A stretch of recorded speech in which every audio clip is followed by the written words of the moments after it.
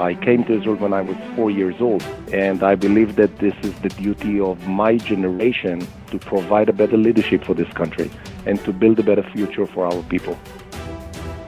You're listening to Inside Israel Today with Gil Hoffman on the Land of Israel Network. Hello and welcome to Inside Israel Today, broadcasting from Jerusalem on another exciting day in the Israeli election. 35 more days to go until April 9th. And between now and then, the candidates will continue to shovel their dirt back and forth. Plenty of mudslinging yesterday. But we here at Inside Israel Today, we like to give the candidates an actual chance to explain who they are. We want the world to know who our future Israeli politicians are, and that's why we've been having a very interesting Meet the Candidates series on this show, where we've already had candidates from across the political spectrum. And on that spectrum, one of the most difficult parties to define, perhaps, is Yisrael Beytenu, the party of Avidar Liberman. This party did not join Netanyahu's government when he formed it last time. And then he joined, and then he left, just ahead of when Netanyahu declared the election. And he has thrown out some of his candidates who've been there for a long time. Sofa Landver, the longtime Minister of Absorption. Robert Ilatov, a member of Knesset who really specialized in public diplomacy around the world as the head of the Knesset Christian Allies Caucus. And perhaps a lot of the Christian readers and listeners have met him in that capacity. And Liberman replaced those candidates with very interesting people with a lot of life experience. And one of them is Eli Avidar, who is a career diplomat who has done a lot for Israel.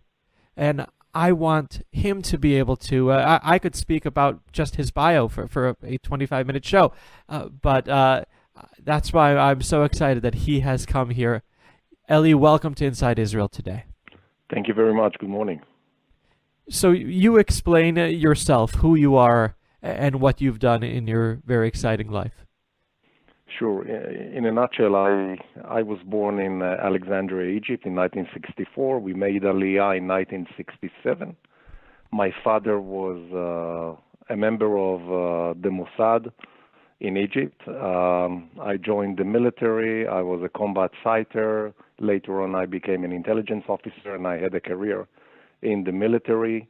Following that, I went to university, had my first degree in Middle East and Islam, joined the Foreign Affairs, served as vice-consul in Philly, in the States, in Pennsylvania. Later on, as a foreign policy advisor to Foreign Minister Ariel Sharon, head of the representation office in the Emirate of Qatar, and the consul-general of Israel in Hong Kong. Following that, I moved to the private sector. I was the CEO of the Israel Diamond Exchange, president of the Israel-Africa Chamber, and what I'm most proud of that I'm a writer. I published 2 books, one a nonfiction about the Middle East, which is published in English, The Abyss, Bridging the Divide Between Israel and the Arab World, and the second one only in Hebrew, unfortunately. It's an historic novel about the Roman Empire, 200 AD. You left out one thing, Eli. That you go in the Arabic media and explain Israel's policies there and defend Israel, which is so important. I do, and I believe that it is a serious part of my mission. Not only interviewed, I write articles. I established a think tank forum called the Smart Middle East Forum. We have 24,000 members. Maybe 20% of them are Arabs, non-Zionist Arabs who are intrigued by the philosophy and by a unique voice that we try to represent from the State of Israel, which is honest, which is not artificial. We say exactly what we believe in, and our enemies, our members, do appreciate it.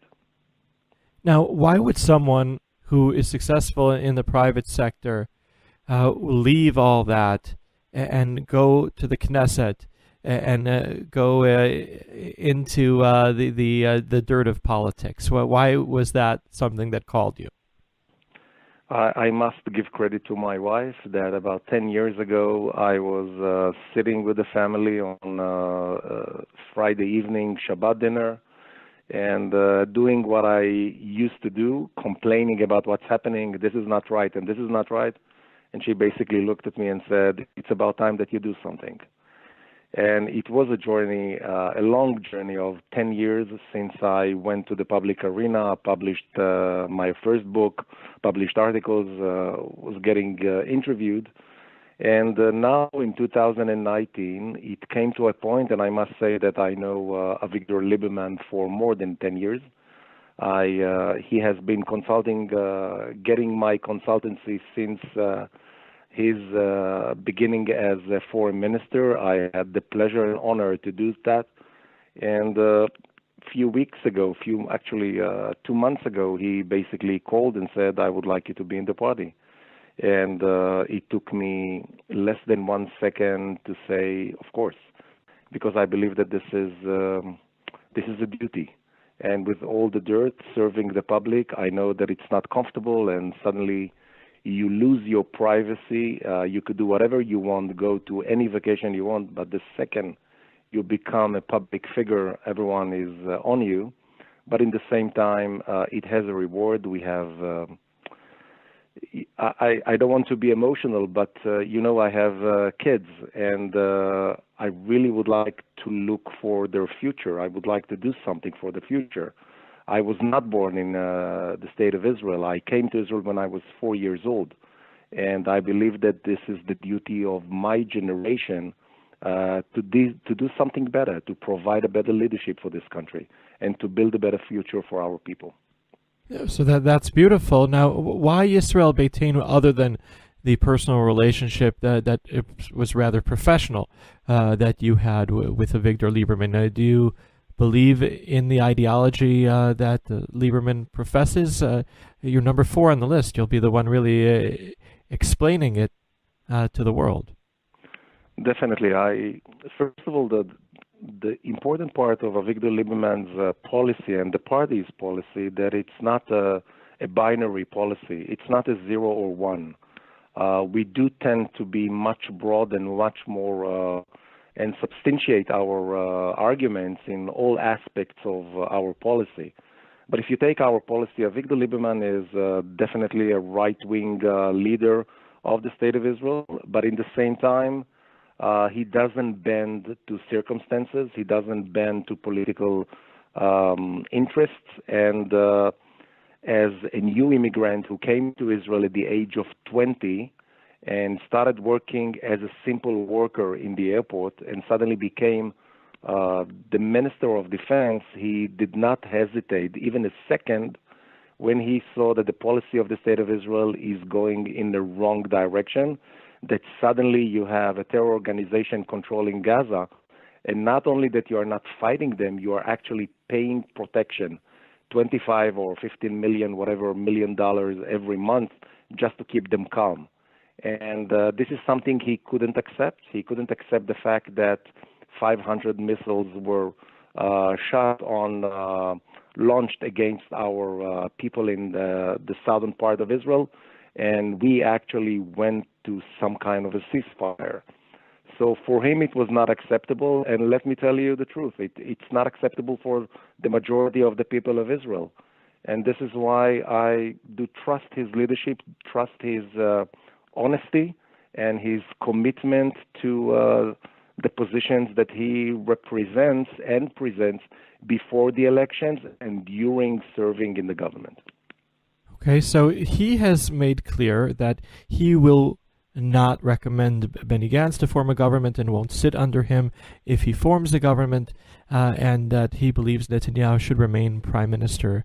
Do you feel comfortable with sitting in a coalition led by Netanyahu after the Attorney General's decision over the past week to indict him on fraud, breach of trust, and in one case also bribery, pending a hearing? Sure. Let me start with Benny Gantz. First of all, he said it very clear, and I do support it 100%. We will definitely not sit in a government with Benny Gantz. Not that he's not a good man, he's an excellent man, but in his record in the past as chief of staff, I personally, let's speak about myself. I published articles right after Tzuk Eitan, the operation of 2014. Protective I was edge. very clear that I was not thrilled by the leadership that he presented and by the goals that were reached during this operation. But about Netanyahu, we're definitely going to recommend him. We feel comfortable sitting with him, although he has all these legal problems, because there is a law in the state of Israel, and the law says that the final decision-making process is in the court.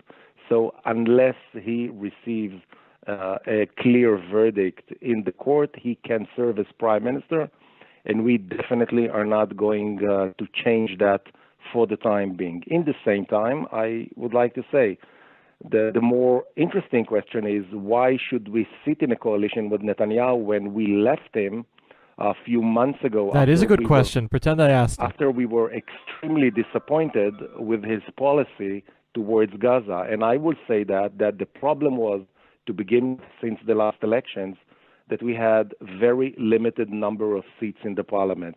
We had 5 seats in the parliament. That's why we couldn't have a more leverage, a more influence. So it is to, I believe that people should commend Avigdor Liberman for leaving this position, desirable position by any politician in the state of Israel as a Minister of Defense, because he saw that the positions that were represented by the government at the beginning were not followed and actually were switched, and it came to a situation where it was against the national interest of the state of Israel. So yet to say that, I have to say that if we will receive the confidence of the voters of the state of Israel in the coming elections, and we will have more seats in the parliament, in the Knesset, we will have more influence, and we will make sure that the policy that will be represented at the beginning of the term of the government will be followed until the end. But Eli Avidar, in the polls, Yisrael Beytenu is barely crossing the 3.25% electoral threshold. Some polls even find the party underneath that threshold. Perhaps the Russian immigrant base of the party isn't what it used to be. Are you worried that Liberman's career could be over and you could end up outside of the Knesset, even when you're number 4 on the list in such a realistic slot? Not at all, and I'll explain why. Most of the polls are done in Israel through the internet. The hard base of voters and supporters of Yisrael Beytenu are people that hardly use the internet. We ran few polls from our side, and if you check statistically in the past, historically, Yisrael Beytenu always got 1.5 until 1.8 mandates above the polls. And the reason is that we have a very concentrated base of voters, and the polls cannot really get the right statistics from a very concentrated group. But in the same time, I would like to say that I hope that citizens of the State of Israel who are coming from the States and from Europe and from other parts of the world, they need to understand that the only party that appreciates the value of Aliyah, that understand that the State of Israel without Aliyah cannot survive. This is the reason why the Aliyah from the Arab world that came in the beginning at the establishment of the state saved the Jewish settlements in Israel before 1948. This is the reason why the Aliyah in the 70s that started from Russia, and even in the beginning of the 90s, when 1.2 Jews from Russian-speaking countries that came to Israel not only saved the country, but created the boom that we are all proud of, is the high-tech boom.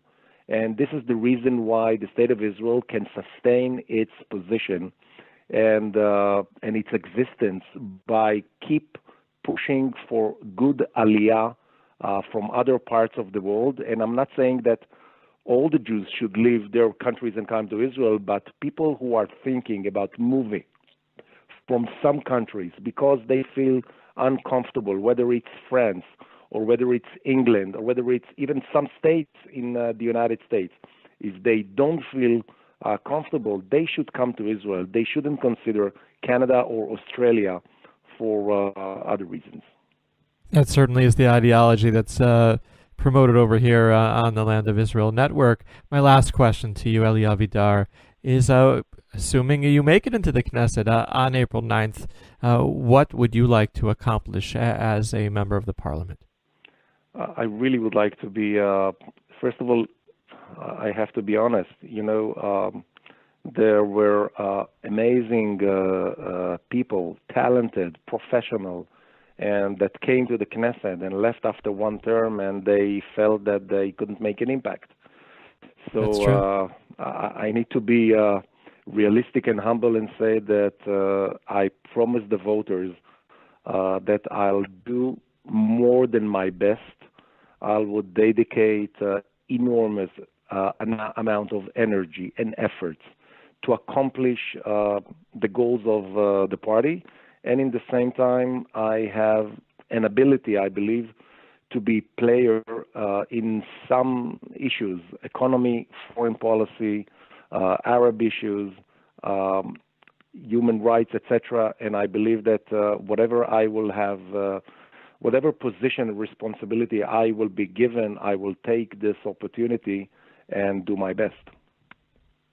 Well, thank you for making that effort, and good luck on April 9th, as we've been saying to all the candidates that have come here and Meet the Candidate on Inside Israel Today. I appreciate it. Thank you very much. After the break, we'll talk more about what's going on inside Israel today. The Land of Israel Network presents the Israel-inspired retreat, Rosh Chodesh Adar Bet, a 3-night event by the Dead Sea, Thursday through Sunday, March 7th through March 10th, 2019. Spend an unforgettable Shabbat with your hosts, Ari and Shana Abramowitz, Yishai and Malka Fleischer, Jeremy and Tehila Gimpel, and special guests at the 5-star Royal Dead Sea Resort. For more information, visit our special website, thelandofisrael.travel. That's thelandofisrael.travel for the Israel-inspired retreat at the Dead Sea.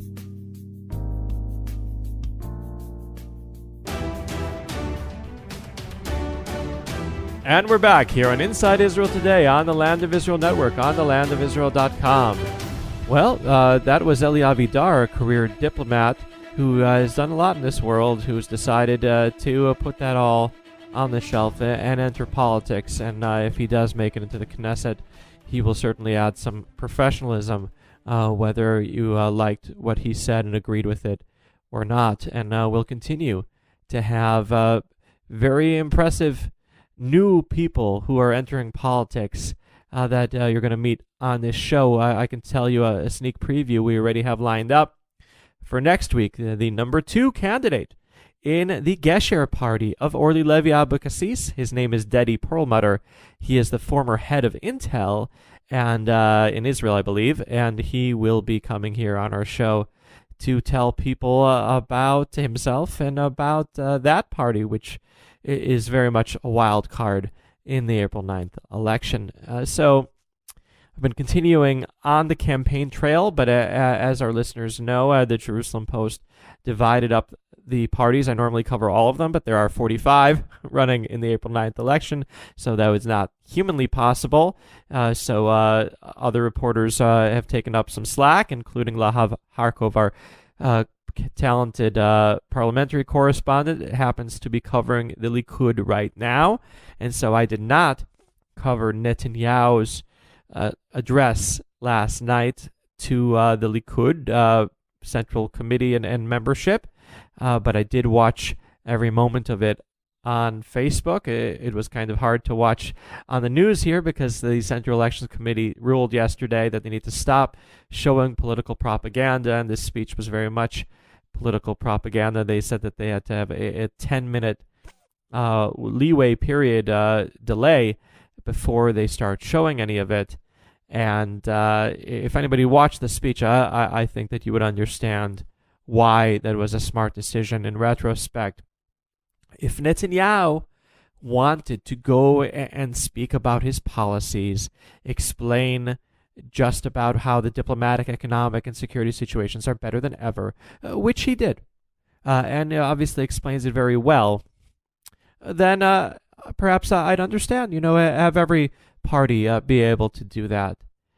But that was a very small part of Netanyahu's 44-minute speech last night. The overwhelming majority of the speech was Netanyahu criticizing his opponents in the election, which is understandable. Benny Gantz, Yair Lapid, saying things about them mostly that are not true, and also attacking the legal establishment and the press. The attacks on the press were a very lengthy portion of Netanyahu's address last night, and the press does not have to show a very lengthy attack on the press. If anything, the Central Elections Committee prevented some embarrassment, perhaps, by making the decision that it did. Netanyahu is such an articulate, eloquent speaker, perhaps the best speaker that Israel has ever had. And it's a shame when he decides to devote so much of his address to attacking the media. I understand why he thinks that will help him politically, though I don't think with someone so accomplished, who's been so successful in so much as prime minister, that he has to do that. And this morning, his number 5, I believe, in the party, his former number 2, Gideon Sa'ar, was on the radio, and he explained why people should vote for his party. And it just seems so much more convincing and persuasive. And he wasn't told what to say by Netanyahu and the other people who are running his campaign. And so perhaps just a little bit of advice, as someone who's been covering politics for 20 years, professionalism is a recommendation, especially when there's really no reason not to. The second thing I'll talk about here is an article that has gotten a lot of headway on social media and was on the top of the cover of the Jerusalem Post yesterday, which is about the possibility for political stalemate following April 9th. Okay? The way it works in Israeli politics is that people vote with that piece of paper that they put in an envelope, and the ultimate low-tech system of electing politicians, completely cyber attack free. And then the people that are much better at math than I am, they calculate the amount of votes and figure out how many mandates each party got. And only after that will the most important voter get involved. There are more than 6 million voters in this election, but only one truly matters. His name is Reuven Rivlin, and he is the president of Israel. And it's really up to him to decide who the prime minister is going to be. In the past, the president has asked the leader of the largest political bloc, but not always. He has asked the leader of the largest party, but not always. He has asked the person who, in his opinion, can form the most stable government, but not always. According to the law, Reuven Rivlin can ask any member of parliament to form a government. It is entirely at his discretion. Now, there will be consultations with the leaders of the parties on who they think should form a government. And those recommendations will also be taken into account. And in the past, it has been true that the candidate who has received the most recommendations is asked to form a government. But not always. It looks improper to the people if the president does not ask the person who received the most recommendations, does not ask the person who is the leader of the largest bloc, and does not ask the person who is the leader of the largest party, and does not ask the person who apparently can form the most stable government. But with those 4 criteria, what if one of the candidates will end up having 2 of them, and one of the candidates will end up having 2 of them? Then even more, it is entirely at the discretion of the president.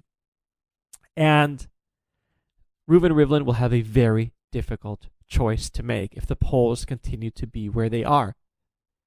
The center-left has a majority right now over the center-right bloc in the polls. But the center-left includes Arab parties that will not join any government until there is peace between Israel and the Palestinians. Ahmed Tibi, one of the leaders of the parties in the Arab sector, I asked him, would you be willing to join a government if it's led by someone other than Netanyahu? Become the first Arab minister from an Arab party. We've had Arab ministers from Zionist parties. And he writes me back, no. So it could very well be that neither Netanyahu, if he doesn't have 61 on the right, and neither Benny Gantz, if he doesn't have 61 that doesn't include Arabs, can form a government. And the obvious desire of the people of Israel, according to the current polls that show both the blue and white party of Gantz and the Likud party of Netanyahu getting 30-something seats and no other party getting more than 7, obviously the people of Israel want them to run the country together. But Gantz last week, following Netanyahu's indictment pending a hearing, announced that he would not sit under Netanyahu. He wants to form a government with Likud in the post-Netanyahu era, but Netanyahu's not going anywhere. So he wants to form a fantasy government that doesn't exist. And Netanyahu has said he won't form a government with Gantz. He wants to form a government with only right-wing parties, though his people actually say that's not really true. He's just saying it. He wants to form a government of right-wing parties, hope that they have 61, and then add other parties as well, perhaps even Gantz's party. But it could very well be that there won't be 61 members of Knesset willing to join a government led by Netanyahu. There could be no choice but to have a national unity government of Likud and blue and white together. But then who goes first? Well, that's in the hands of the president. And it could very well be that whoever doesn't go first refuses to enter such a government. Well, then what happens? If no one can form a government, we go to another election. It could be that one candidate will be given 42 days to form a government and fail. And then there'll be consultations again going to the president with all the different parties. And then another candidate will be appointed to form a government and receive 6 weeks and fail. Well, then we're already at the end of July. And then another election would be initiated. And yes, the producer's doing the math. We have a rule on this show. You don't question my math. I don't know math. Accepted. I accepted. It's been that way for a while. But yes, the end of July. All right? And then another election will be held 90-something days later. And a very interesting date that the election could be held on is November 5th. And I asked on Twitter, what's interesting about November 5th? And someone says, well, that's the election in the United States. Don't care about that. Sorry. This is Inside Israel Today. We deal with politics over here. Somebody says it's Guy Fawkes Day. I haven't had a chance to Wikipedia that since then. But feel free to Google Guy Fawkes Day and tell me later who Guy Fawkes is if I don't get a chance. I've been working pretty hard right now. Don't have so much time. No, what's significant about November 5th is it's the date our election was supposed to be held. This government was elected to a term that ends November 5th. And the election got moved up because Netanyahu wanted to try to preempt the ruling by the Attorney General. There was a headline in the Jerusalem Post on Friday that said, it is no longer possible to have an election before the decision of the Attorney General. And so the readers will know who they're voting for and what the charges against Netanyahu are. But Netanyahu tried anyway, and the following week he initiated an election whose entire advancement was to try to have an election where the people don't know what he'd be indicted for. And since that was the purpose, and it happened anyway, in retrospect, moving up the election made no sense. And so perhaps we will have an election when it was supposed to be, on November 5th. And anything can happen between now and then, and that's really the beauty. Ladies and gentlemen, the most likely scenario is still that Netanyahu is going to be the next prime minister, that there will be enough votes on the right, that he will form a government, and that about a year later, he will be indicted following his hearing, indicted for real. And then 2 parties, possibly 3, will leave his coalition. And then another politician will be given a chance to form a government. I don't know yet whether it will be Benny Gantz or whether the Likud will have to have another primary, whether Netanyahu will leave office voluntarily or be compelled to by the Supreme Court. And then there'll be an election Likud for the next prime minister. It could be that the Knesset won't be dispersed, but it could be that the Knesset, as I wrote in the Jerusalem Post predicted, will be dispersed that in 2020, and we'll have another election next year, which is better than having another election this year. So stay tuned to all the excitement as it happens inside Israel today. Thank you from Jerusalem. Bye-bye.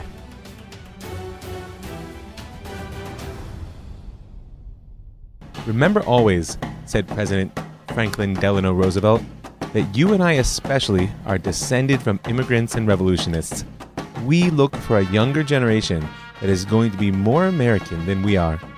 Now, I don't know that I could say I'm more American than FDR, but I can say that I'm a descendant of immigrants, and I've got more than a little bit of the revolutionist in me, because I'm Rav Mike Boyer, and this is The Jewish Story. Join Rav Mike Feuer for the best Jewish history podcast, The Jewish Story, on the Land of Israel Network at